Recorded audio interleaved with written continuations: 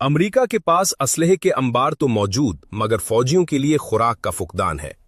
ایران جنگ پر اربوں ڈالر کا بارود تو برسا دیا گیا لیکن بحری جہازوں پر موجود فوجی کھانے کو ترسنے لگے، اہل خانہ پریشان۔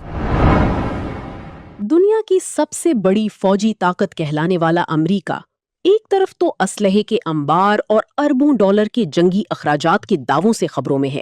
مگر دوسری طرف اپنے ہی بحری جہازوں پر تعینات فوجیوں کے کھانے نے ایک بالکل مختلف کہانی سنا دی ہے، جو شاید کسی مزاحیہ فلم کا منظر لگے مگر رپورٹس کے مطابق یہ حقیقت کے قریب تر ہے۔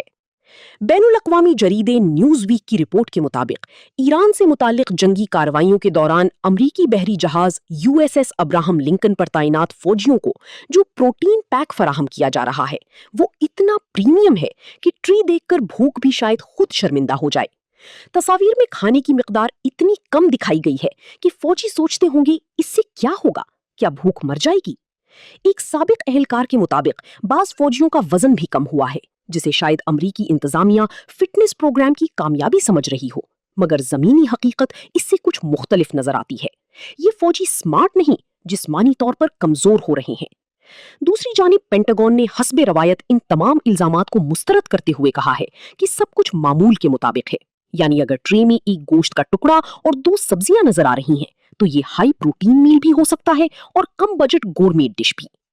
مزید دلچسپ پہلو یہ ہے کہ ایک ہفتہ قبل بھی ایسے ہی کھانوں کی تصاویر سامنے آئی تھیں جن پر دنیا بھر میں تنقید ہوئی، مگر امریکی اداروں نے اس بار بھی وہی کلاسک جواب دیا کہ کوئی مسئلہ نہیں، سب ٹھیک ہے۔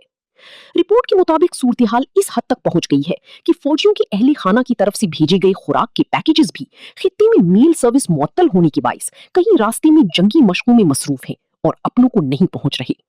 یوں لگتا ہے کہ امریکہ کے پاس جنگ کے لیے ہر چیز موجود ہے مگر اپنی فوجیوں کے لیے مناسب خوراک نہیں۔